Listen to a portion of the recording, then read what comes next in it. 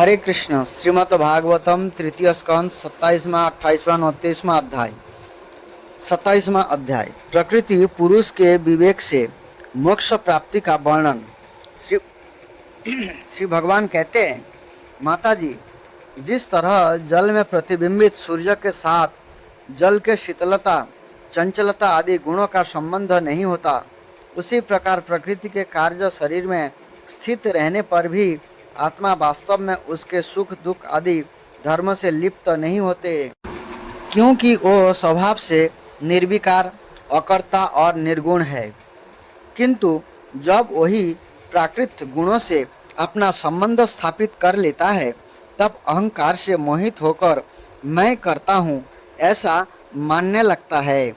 उस अभिमान के कारण वह देह के संसर्ग से किए हुए पुण्य पाप रूप कर्मों के दोष से अपनी स्वाधीनता और शांति खो बैठता है तथा उत्तम, मध्यम और नीच योनियों में उत्पन्न होकर संसार चक्र में घूमता रहता है। जिस प्रकार स्वप्न में भय, शोक आदि का कोई कारण ना होने पर भी स्वप्नों के पदार्थों में आस्था हो जाने के कारण दुख उठाना पड़ता है, उसी प्रकार भय, शोक, अहम, मम एवं जन्म मरण आदि रूप संसार की कोई सत्ता न होने पर भी अविधावश विषयों का चिंतन करते रहने से जीविका संसार चक्र कभी निवृत्ति नहीं होता। इसलिए बुद्धिमान मनुष्य को उचित है कि असन्मार्ग विषय चिंतन में फंसे हुए चित्त को तीव्र भक्ति योग और वैराग्य के द्वारा धीरे धीरे अपने बस में लावें।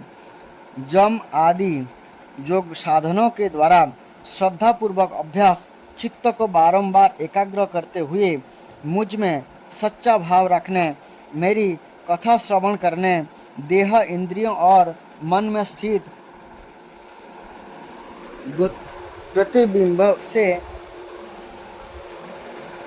मेरी कथा श्रवण करने, समस्त प्राणियों में समभाव रखने, किसी से बैर ना करने, आसक्ति के त्याग, ब्रह्मचर्य, मौन व्रत और बलिष्ठ अर्थात भगवान की समर्पित किए हुए सधर्मों से जिसे ऐसी स्थिति प्राप्त हो गई है कि प्रारब्ध के अनुसार जो कुछ मिल जाता है उसी में संतुष्ट रहता है, परिमित भोजन करता है, सदा एकांत में रहता है, शांत स्वभाव है, सबका मित्र है, दयालु और धैर्यवान है, प्रकृति और पुरुष के वास्तविक रूप के अनुभव से प्राप्त हुए तत्व ज्ञान के कारण स्त्री पुत्र आदि संबंधियों के सहित इस देह में मैं मेरेपन का मिथ्या अभिनिवेश नहीं करता, बुद्धि की जागृत आदि अवस्था से भी अलग हो गया है तथा परमात्मा के सिवा और कोई वस्तु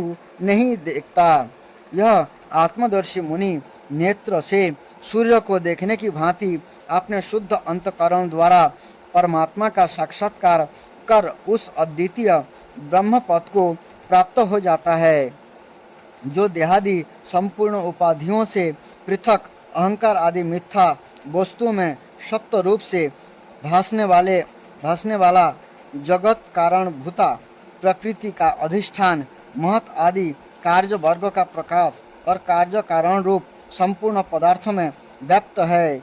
जिस प्रकार जल में पड़ा हुआ सूर्य का प्रतिबिंब दीवाल पर पड़े हुए अपने आभा के संबंध से देखा जाता है और जल में दिखने वाले प्रतिबिंब से आकाश स्थित सूर्य का ज्ञान होता है, उसी प्रकार वैकारिक आदि भेद से तीन प्रकार का अहंकार देह, इंद्रियों और मन में स्थित अपने प्रतिबिंब से लक्षित होता है और फिर सत परमात्मा के प्रतिबिंब युक्त उस अहंकार के द्वारा सत्य ज्ञान रूप परमात्मा का दर्शन होता है,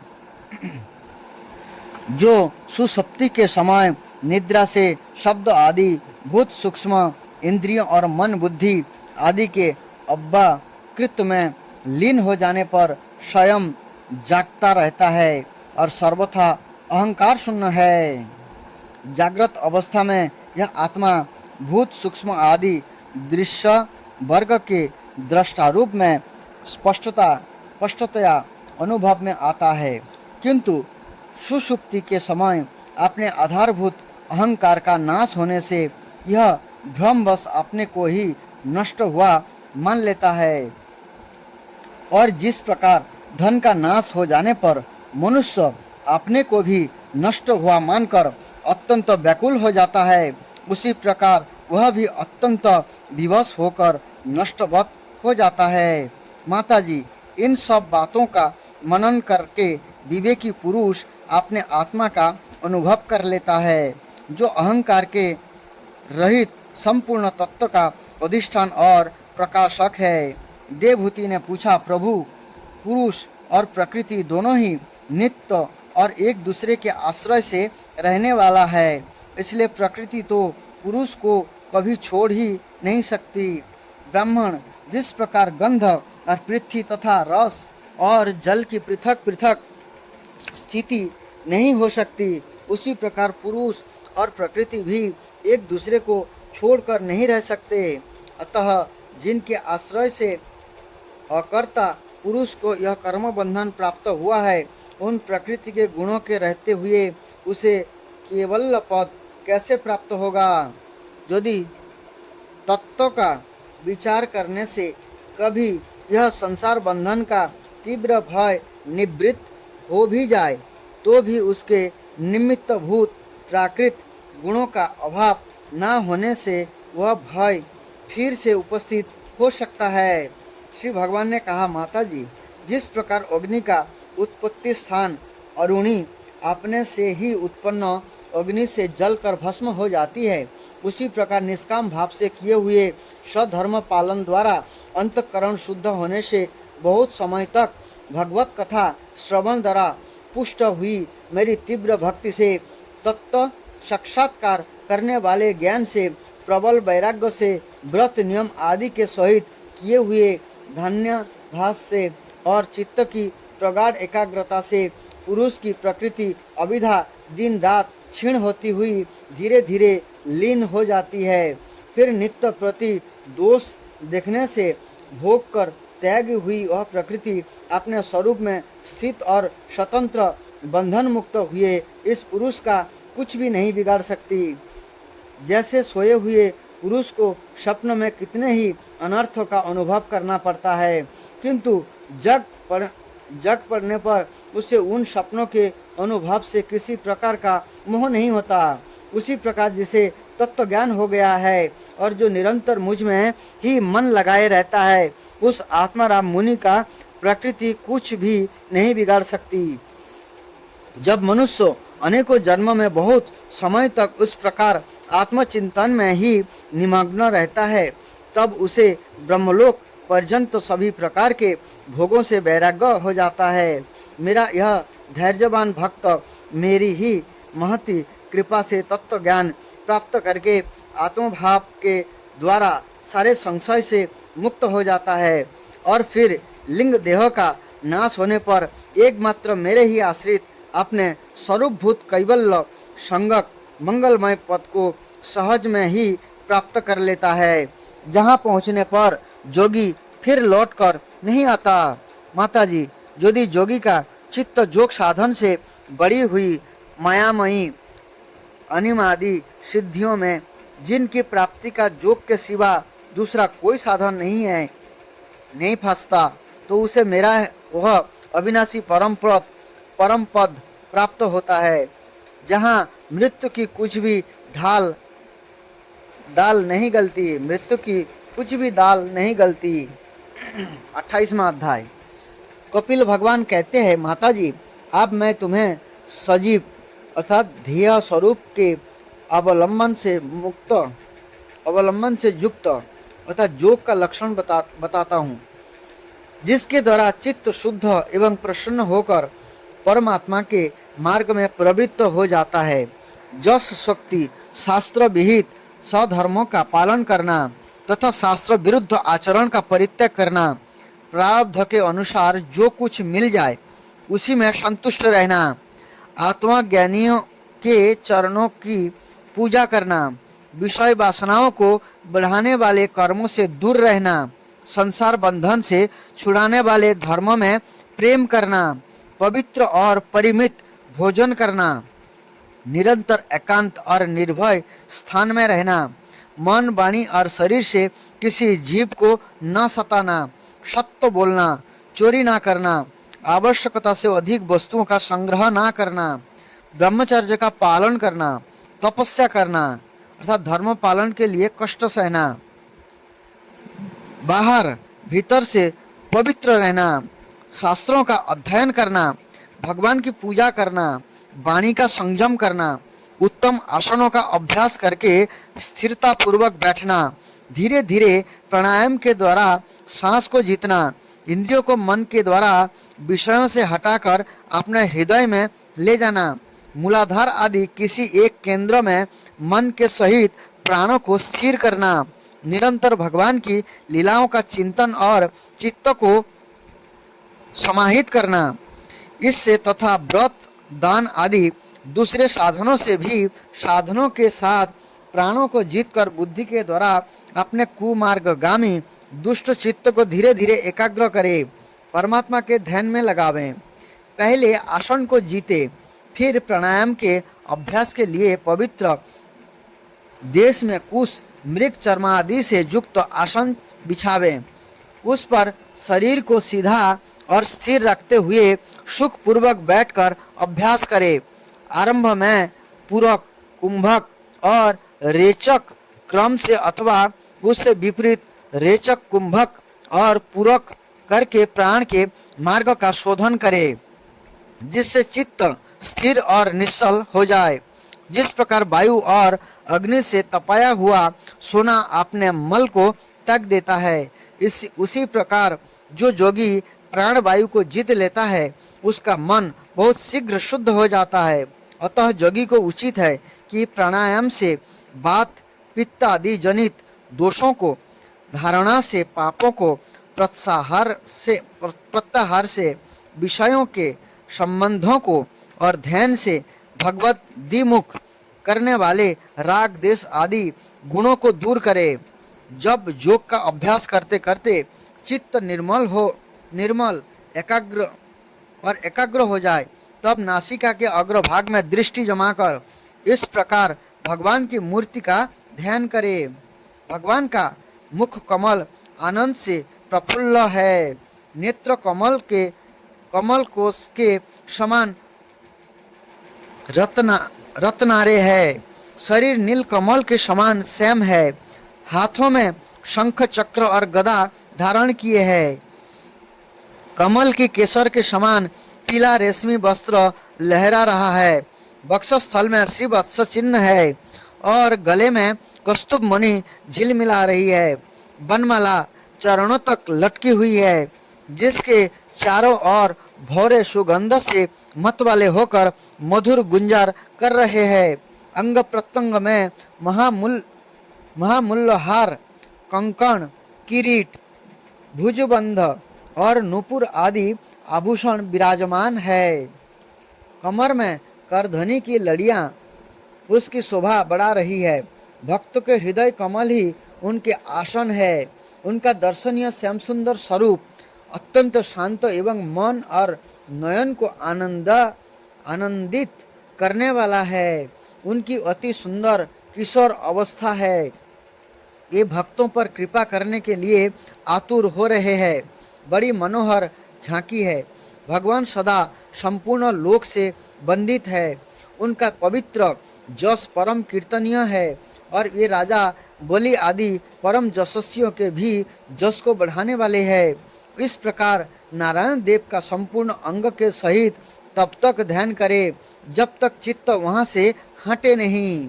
भगवान की लीलाएं बड़ी दर्शनीय है। अतः अपनी रुचि के अनुसार खड़े हुए, चलते हुए, बैठे हुए, ओढ़े हुए अथवा अंतर्जामी रूप में स्थित हुए अनेक रूपों का विशुद्ध भाव युक्त चित्त से चिंतन करे। इस प्रकार योगी जब यह अच्छी तरह से देख ले कि भगवत ग्रह में चित्त की स्थित हो गई, तब यह उनके समस्त अंगों में लगे हुए चित्त को विशेष रूप से एक एक अंग में लगावे। भगवान के चरण कमलों का ध्यान करना चाहिए। ये वज्र, अंकुश, ध्वजा और कमल के मंगलमय चिन्हों से युक्त है तथा अपने उभरे हुए लाल लाल शोभामय नख चंद्र मंडल की चंद्रिका से ध्यान करने वालों के हृदय के अज्ञान रूप घोर अंधकार को दूर कर देते हैं। इन्हीं की धोवन से नदियों में श्रेष्ठ श्री गंगा जी प्रकट हुई थी, जिनके पवित्र जल को मस्तक पर धारण करने के कारण स्वयं मंगल रूप श्री महादेव जी और भी अधिक मंगलमय हो गए। ये अपना ध्यान करने वालों के पाप रूप पर्वतों पर छेड़े हुए इंद्र के वज्र के समान है। भगवान के इन चरण कमल का चिरकाल तक चिंतन करे। भव भयहारी अजन्मा श्री हरि की दोनों पिंडलियों एवं घुटनों का ध्यान करे, जिनकी विश्व विधाता ब्रह्मा जी की माता सुरबंदिता कमल लोचना लक्ष्मी जी अपनी जांघों पर रखकर अपने कांतिमान कर किसलयों की कांति से लाड़ लड़ाती रहती है। कर किसलयों की कांति से लाड़ लड़ाती रहती है, अर्थात चरणों की सेवा करते हैं। भगवान की जांघों का ध्यान करे, जो असली के फूल के समान नील वर्ण और बल की निधि है तथा गरुड़ जी की पीठ पर शोभायमान है। भगवान के नितंब बिंब का ध्यान करे, जो एड़ी तक लटके हुए पीताम्बर से ढका हुआ है और उस पीताम्बर के ऊपर पहनी हुई सुवर्णमयी करधनी की लड़ियों को आलिंगन कर रहा है। संपूर्ण लोगों के आश्रय स्थान भगवान के उदर देश में स्थित नाभि सरोवर का ध्यान करे। इसी में से ब्रह्मा जी का आधारभूत सर्वलोकमय कमल प्रकट हुआ। फिर प्रभु के श्रेष्ठ मरकतमणि सदिश दोनों स्तनों का चिंतन करे, जो वक्षस्थल पर पड़े हुए शुभ्र हीरों की किरणों से गौर वर्ण जान पड़ते हैं। इसके पश्चात पुरुषोत्तम भगवान के वक्षस्थल का ध्यान करे, जो लक्ष्मी जी का निवास स्थान और लोगों के मन एवं नेत्र को आनंद देने वाला है।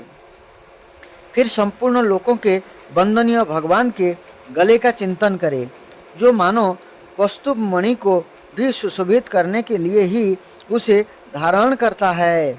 समस्त लोकपालों की आश्रय भूता भगवान की चारों भुजाओं का ध्यान करे, जिनमें धारण किए हुए कंकण आदि आभूषण समुद्र मंथन के समय मंद्राचल की रगड़ से और भी उजले हो गए हैं। इसी प्रकार जिसके तेज को सहन नहीं किया जा सकता, उस सहस्त्र धारों वाले सुदर्शन चक्र का तथा उनके कर कमलों में राजहंस के समान विराजमान शंख का चिंतन करे। फिर विपक्षी वीरों के रुधिर से सनी हुई प्रभु की प्यारी कमुत की गदा का भोरों के शब्दों से गुंजायमान बनमाला का और उनके कंठ में सुशोभित संपूर्ण जीवों के निर्मल तत्व स्वरूप कौस्तुभ मणि का ध्यान करे। भक्तों पर कृपा करने के लिए ही यहाँ साकार रूप धारण करने वाले श्री हरि के मुख कमल का ध्यान करे, जो सुघड़ नासिका से सुशोभित है और झिलमिलाते हुए मकराकृत कुंडलों के हिलने से अतिशय प्रकाशमान स्वच्छ कपलों के कारण बड़ा ही मनोहर जान पड़ता है। काली काली घुंघराली अलका बलि से मंडित भगवान का मुखमंडल अपनी छवि के द्वारा भौरों से सेवित कमल कोश का भी तिरस्कार कर रहा है और उसके कमल सदृश विशाल एवं चंचल नेत्र उस कमल किशोर पर उछलते हुए मछलियों के जोड़े की शोभा की मात कर रहे हैं। उन्नत भ्रूलताओं से सुशोभित भगवान के ऐसे मनोहर मुखार बिंद की मन में धारणा करके आलस्य रहित हो उसी का ध्यान करे। हृदय गुफा में चिरकाल तक भक्ति भाव से भगवान के नेत्र की चितवन का ध्यान करना चाहिए, जो कृपा से और प्रेम भरी मुस्कान से क्षण क्षण अधिकाधिक बढ़ती रहती है, विपुल प्रसाद की वर्षा करती रहती है और भक्तजन के अत्यंत घोर तीनों तापों को शांत करने के लिए ही प्रकट हुई है। श्री हरि का हास्य प्रणत जनों के तीव्र से तीव्र शोक के अश्रु सागर को सुखा देता है और अत्यंत उदार है। मुनियों के हित के लिए कामदेव को मोहित करने के लिए ही अपने माया से श्री हरि ने अपने भूमंडल को बनाया है। उनका ध्यान करना चाहिए। अत्यंत प्रेमाद्र भाव से अपने हृदय में विराजमान श्री हरि के खिलखिलाकर हंसने का ध्यान करे, जो वस्तुतः ध्यान के ही योग्य है तथा जिसमें ऊपर और नीचे के दोनों होठों की अत्यधिक अरुण कांति के कारण उनके कुंडलों के समान शुभ्र छोटे छोटे दांतों पर लालिमा सी प्रतीत होने लगी है। इस प्रकार ध्यान में तन्मय होकर उनके सिवा किसी अन्य पदार्थों के देखने की इच्छा ना करे। इसी प्रकार ध्यान के अभ्यास से साधक का श्री हरि में प्रेम हो जाता है, उसका हृदय भक्ति से द्रवित हो जाता है, शरीर में आनंद तिरेक के कारण रोमांच होने लगता है।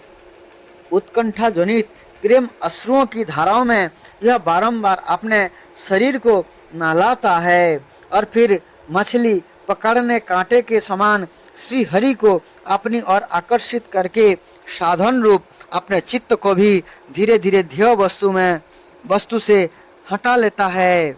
जैसे तेल आदि के चुक जाने पर दीप शिखा अपने कारण रूप तेजस तत्व में लीन हो जाती है, वैसे ही आश्रय विषय और राग से रहित होकर मन शांत ब्रह्माकार हो जाता है। इस अवस्था के प्राप्त होने पर जीव गुण प्रवाह रूप देहादि उपाधि के निवृत्त हो जाने के कारण धाता ध्येय आदि विभाग से रहित एक अखंड परमात्मा को ही सर्वत्र अनुगत देखता है। योगाभ्यास से प्राप्त हुई चित्त की इस अविधा रहित लय रूप निवृत्ति से अपनी सुख दुख रहित ब्रह्म रूप महिमा में स्थित होकर परमात्मा का साक्षात्कार कर लेने पर वह योगी जिस सुख दुख के भोक्ता तृप्त को पहले अज्ञानवश अपने रूप में देखता था, उसे आप अधिधाकृत अहंकार में ही देखता है। जिस प्रकार मदिरा के मत से मत वाला पुरुष को अपनी कमर पर लपटे हुए वस्त्र के रहने जा गिरने की कुछ भी सुधि नहीं रहती, उसी प्रकार चरम अवस्था को प्राप्त हुए सिद्ध पुरुष को भी अपने देह के बैठने उठने अथवा देव बस कहीं जाने या लौट आने के विषय में कुछ भी ज्ञान नहीं रहता, क्योंकि वो अपने परम आनंदमय रूप में स्थित है। उसका शरीर तो पूर्व जन्म के संस्कार के अधीन है, अतः जब तक उसका आरंभक प्रारब्ध शेष है तब तक वह इंद्रियों के सहित जीवित रहता है। किंतु जिसे समाधि पर्यंत योग की स्थिति प्राप्त हो गई है और जिसने परम तत्व को भी भली भांति जान लिया है, यह सिद्ध पुरुष पुत्र कलत्रादि के सहित इस शरीर को स्वप्न में प्रतीत होने वाले शरीर के समान फिर स्वीकार नहीं करता, फिर उसमें अहमता ममता नहीं करता। जिस प्रकार अत्यंत स्नेह के कारण पुत्र और धन आदि में भी साधारण जीवों की आत्मबुद्धि रहती है, किंतु थोड़ा सा विचार करने से ही ये उनसे स्पष्टतया अलग दिखाई देते हैं। इसी प्रकार जिन्हें यह अपना आत्मा मान बैठता है, उन देहादि से भी उनका साक्षी पुरुष पृथक ही है। जिस प्रकार जलती हुई लकड़ी से चिंगारी से स्वयं अग्नि से ही प्रकट हुए धुएं से तथा अग्नि रूप मानी जाने वाली उस जलती हुई लकड़ियों से भी अग्नि वास्तव में पृथक है, उसी प्रकार भूत इंद्रियों और अंतःकरण से उनका साक्षी आत्मा अलग है तथा जीव कहलाने वाले उस आत्मा से भी ब्रह्म भिन्न है और प्रकृति से उसके संचालक पुरुषोत्तम भिन्न है। जिस प्रकार देह दृष्टि से जरायुज, अंडज, सेदहज और उद्भिज चारों प्रकार के प्राणी पंचभूत मात्र है, उसी प्रकार संपूर्ण जीवों में आत्मा को और आत्मा में संपूर्ण जीवों को अनन्य भाव से अनुगत देखे।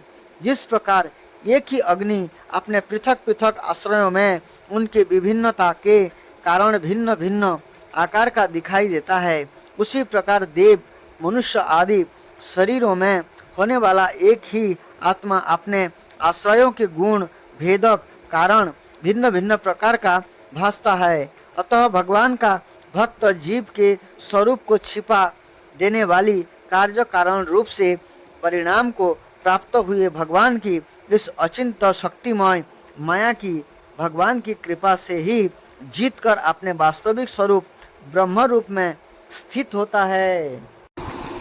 29वां अध्याय भक्ति का मर्म और काल की महिमा।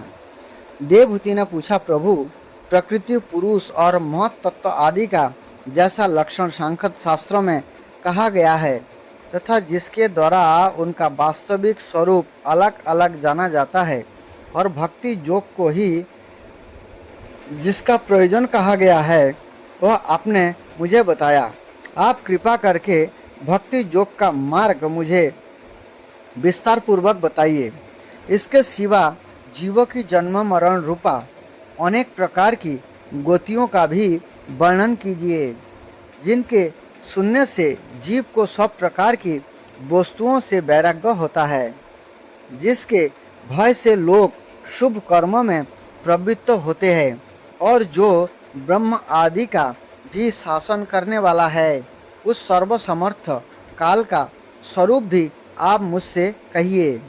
ज्ञान दृष्टि के लुप्त हो जाने के कारण देहादि मिथ्या वस्तुओं में जिन्हें आत्म अभिमान हो गया है तथा बुद्धि के कर्मासक्त रहने के कारण अत्यंत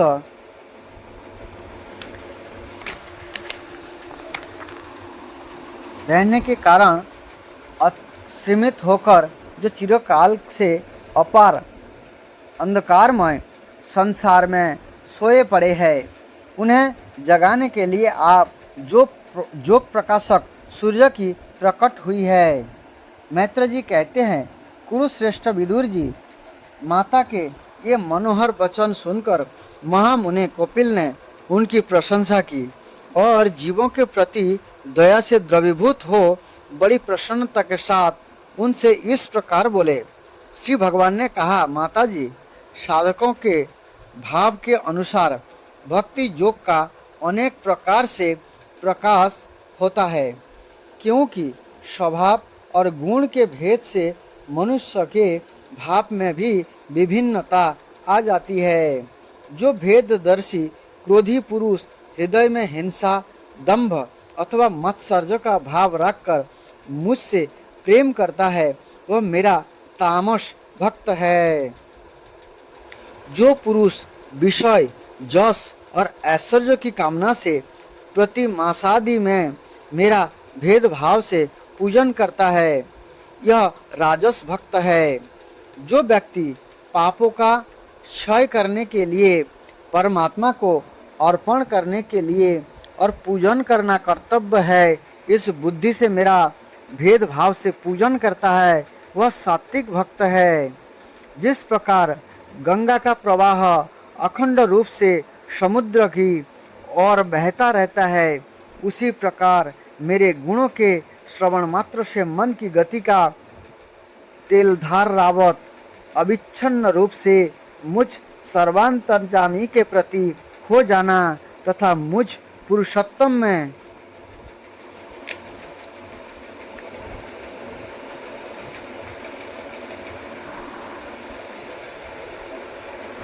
निष्काम और अनन्य प्रेम होना, यह निर्गुण भक्ति का लक्षण कहा गया है। ऐसे निष्काम भक्त दिए जाने पर भी मेरी सेवा को छोड़कर सालोक्य, सृष्टि, सामीप्य, सारूप्य और सायुज्य मोक्ष तक नहीं लेते। तो 5 प्रकार के मुक्ति है, उसका वर्णन किया गया है यहाँ पर। भागवत सेवा के लिए मुक्ति का तिरस्कार करने वाला यह भक्ति योग ही परम पुरुषार्थ अथवा साध्य कहा गया है। इसके द्वारा पुरुष तीनों गुणों को लांघकर मेरे भाव को, मेरे प्रेम रूप अप्राकृत स्वरूप को प्राप्त हो जाता है।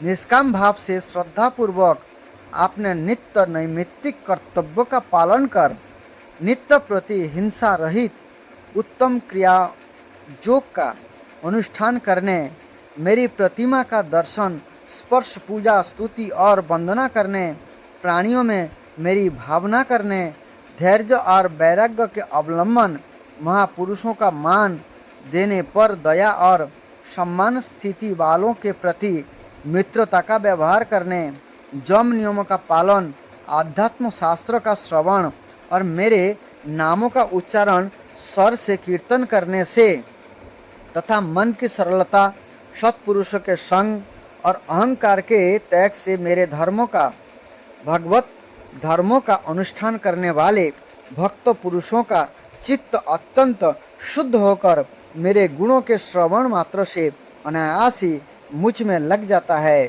जिस प्रकार वायु के द्वारा उड़कर जाने वाला गंध अपने आश्रय पुष्प से घ्राणेन्द्रिय तक पहुंच जाता है, उसी प्रकार भक्ति योग में तत्पर और राग देश आदि विकारों से शून्य चित्त परमात्मा को प्राप्त कर लेता है और आत्मा स्वरूप से सदा सभी जीवों में स्थित हूँ। इसलिए जो लोग मुझ सर्वभूत स्थित परमात्मा का अनादर करके केवल प्रतिमा में ही मेरा पूजन करते हैं, उनकी वह पूजा संग मात्र है।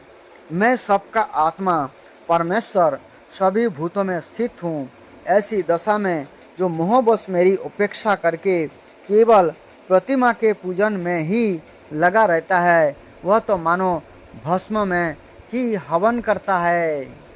जो भेददर्शी और अभिमानी पुरुष जो दूसरे जीवों के साथ बैर बांधता है और इस प्रकार उनके शरीरों में विद्वान मुझ आत्मा से ही द्वेष करता है, उसके मन को कभी शांति नहीं मिल सकती।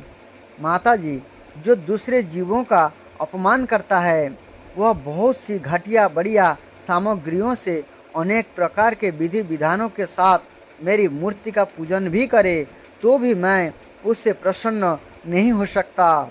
मनुष्य अपने धर्म का अनुष्ठान करता हुआ तब तक मुझ ईश्वर की प्रतिमा आदि में पूजा करता रहे जब तक उसे अपने हृदय में एवं संपूर्ण प्राणियों में स्थित परमात्मा का अनुभव न हो जाए।